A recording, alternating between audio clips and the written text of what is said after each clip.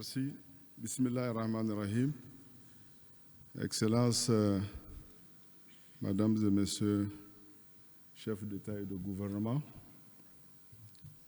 Excellences, Monsieur le Président de l'Institut Amadeus, Mesdames et Messieurs, distingués invités, je voudrais, pour commencer,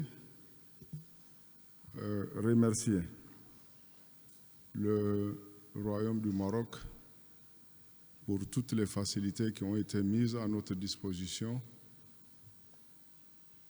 pour nous assurer un bon séjour. Je voudrais également saisir l'opportunité que m'offre ce forum pour saluer l'Institut Amadeus qui est devenu au fil du temps une véritable tribune mondiale des idées, des visions, des solutions pour un monde en perpétuelle mutation. Mes félicitations pour l'organisation réussie de cette rencontre. La 17e session du Forum MEDES se déroule, Mesdames et Messieurs, à un moment critique de l'histoire des relations internationales. Nous vivons en effet dans une période où les incertitudes d'hier s'effondrent, où des équilibres internationaux géopolitiques se redessinent, où de nouvelles convergences émergent. Ce contexte amène les pays à redessiner leurs alliances en fonction de leurs intérêts, de leurs stratégies et de leurs aspirations. L'inadaptation des institutions internationales censées incarner la régulation mondiale, le droit international, érode la confiance et alimente les sentiments d'injustice. Le thème du forum, fracture et polarisation qui réinvente l'équation globale, trouve ici toute sa pertinence. À ces mots qui rongent notre système international s'ajoute l'imposition de mesures coercitives unilatérales, l'utilisation des sanctions, l'utilisation de la force et du terrorisme comme outil de domination et de déstabilisation. Mesdames et Messieurs, devant ces incertitudes, les pays du Sud, et notamment ceux du Sahel, ont fait le choix de s'unir pour défendre leur avenir. Déjà confrontés au terrorisme et à des ingérences extérieures et aux défis néfastes du changement climatique, le Burkina Faso, le Mali et le Niger ont fait le choix historique de mettre en place la Confédération des États du Sahel le 6 juillet 2024.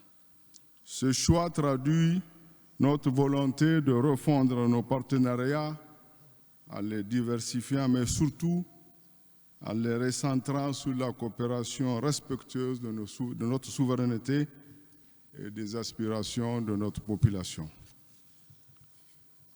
En finir avec les vieilles habitudes de pillage organisé de nos ressources par les multinationales insensibles aux réalités locales et aux conséquences environnementales de leurs actions. Tout à l'heure, lors du dernier segment, le dernier panel de cette rencontre, j'ai été surpris par les propos tenus par un des panélistes. Mais je lui concède que ce qu'il a dit est peut-être de bonne foi. Mais le conseil que j'ai donné, c'est quand on ne sait pas, on se tait. Ce monsieur Je n'avais pas prévu de parler de l'AES, mais il me semble que c'est important de le faire juste pour remettre les choses à l'ordre, pour que les gens sachent. Parce que ce monsieur disait que l'AES, ce n'est rien d'autre que des déclarations. Je vais vous dire ce que l'AES a fait en 1 an d'existence, sur fonds propres, sans ressources extérieures. Parce que ce monsieur disait que l'AES n'est autre chose que le G5 Sahel. Ça n'a rien à voir. Le G5 Sahel est un bébé français. L'AES est une émanation des pays membres, le Niger, le Burkina et le Faso. Si la G5 Sahel a échoué, c'est parce que justement le G5 Sahel était en attente de financement extérieur. Nous, l'AES, nous ne comptons pas sur le financement extérieur. Je vais vous dire, c'est une confédération qui est bâtie sur 3 piliers. La défense, la diplomatie et le développement, les 3D. Sans être long, je vais vous dire les actions majeures que nous avons. Je vais vous en citer quelques-unes pour donner la réponse à ce monsieur qui disait que l'AES se limite à des déclarations. Du point de vue défense, le premier D, nous avons aujourd'hui à l'AES une force unifiée. Ça ne s'est jamais passé en Afrique, où 3 pays se mettent ensemble pour créer une force armée pour combattre le terrorisme. Nous connaissons, au début, nous étions dans la logique des forces d'intervention conjointe où les armées se retrouvent, elles font des interventions, après elles s'éclatent. Mais ici, nous avons une force armée de 5000 hommes dont l'état-major se trouve au Niger. Et ces 5000 hommes sont déjà opérationnels. Et à la date d'aujourd'hui, il n'y a aucun pays au monde qui nous a supportés, qui nous a soutenus pour mettre en place cette force. Elle est opérationnelle et elle est en train d'engager des résultats dans la lutte contre le terrorisme.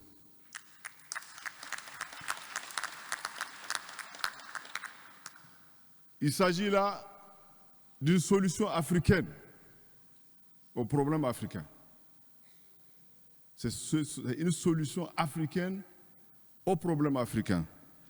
Si nous prenons le deuxième D, celui de la diplomatie, nous avons commencé d'abord, aujourd'hui, ce n'est un secret pour personne, que les 3 pays harmonisent de façon presque automatique leur position sur les problèmes quand il s'agit de se prononcer sur les questions majeures de l'actualité internationale. Nous avons ensemble fait partir toutes les bases étrangères qui sont installées dans nos pays parce que nous avons compris que ce sont ces bases étrangères qui sont à la base du terrorisme. Elles sont là pour soutenir et non combattre le terrorisme. Nous les avons fait partir. Après les avoir fait partir, nous avons fait ressortir tous les contrats que nous considérons toxiques pour nos populations. Nous les avons révisés et nous avons réécrit notre partenariat dans l'intérêt de nos populations, dans le respect de la dignité de notre peuple. Et enfin, le 3e D, celui du développement, toujours pour répondre au dernier panel où on accusait l'AES d'être que des déclarations. Le 12 décembre sera lancée la banque AES de l'investissement. C'est une banque qui est créée sur fonds propres et qui sera dédiée au financement des projets structurants de l'AES. Nous n'irons pas ailleurs chercher des financements parce que nous savons que nos pays sont des pays riches, même si depuis les années 60, depuis l'indépendance, on nous a fait croire que nos pays sont les derniers de la planète. Nous avons, outre la banque d'investissement, nous avons d'autres projets, beaucoup d'autres projets structurants Et pour finir, le dernier exemple que je voudrais donner, c'est le lancement la semaine passée de la radio AES. Je souligne cela, peut-être que les gens ne verront pas l'intérêt, mais cette radio, nous l'avons lancée justement pour contrecarrer les fausses idées, les faux propos véhiculés sur notre confédération. Nous l'avons créée pour donner notre propre narratif, pour donner notre version de ce que l'AES, de ce que sera l'avenir de nos pays. Je voudrais, dans ce contexte, dire que l'AES représente une nouvelle dynamique, celle d'un partenariat mutuellement avantageux basé sur la dignité, l'équité et la responsabilité partagée. Malgré les difficultés que traverse notre révolution, l'AES avance. L'AES avance parce que nous sommes convaincus que c'est la seule voie qui existe. Il n'y a aucun pays au monde qui a pu asseoir sa souveraineté, qui a pu sortir de la domination des colons, de la dénomination des puissances étrangères, sans passer par ce que nous sommes en train de vivre actuellement. À cet égard, il convient de saluer l'exemple de la coopération sud-sud du Royaume du Maroc. En effet, le Maroc n'a pas hésité à exprimer sa solidarité aux pays de l'AES. Ces nombreux gestes ont permis à nos pays de surmonter les moments difficiles face aux sanctions et autres mesures iniques de certains partenaires régionaux et internationaux. À ce sujet, je voudrais saluer l'initiative royale qui offre à nos pays de l'AES un accès à l'Atlantique. Cet esprit de fraternité et de respect mutuel est l'exemple même de partenariat que nous souhaitons. Un partenariat fondé sur la solidarité, la confiance et la vision commune d'un avenir partagé. En somme, dans un monde fracturé et polarisé, nous devons réinventer notre partenariat pour demeurer résilients et assurer la prospérité de nos populations. Cela passe par la construction d'une alliance d'égal à égal, par des partenariats respectueux des souverainetés, par la remise des peuples au centre des politiques internationales. Le Niger et ses frères du Sahel croient que l'unité, la coopération, la justice sont des fondements sur lesquels nous pouvons construire un avenir plus équitable, plus solidaire et plus paisible.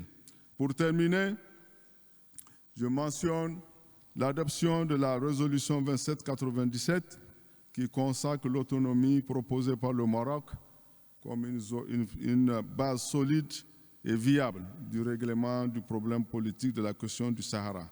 Le Niger invite les parties prenantes à joindre les efforts du secrétaire général des Nations Unies pour la mise en œuvre rapide de la résolution. Je vous remercie.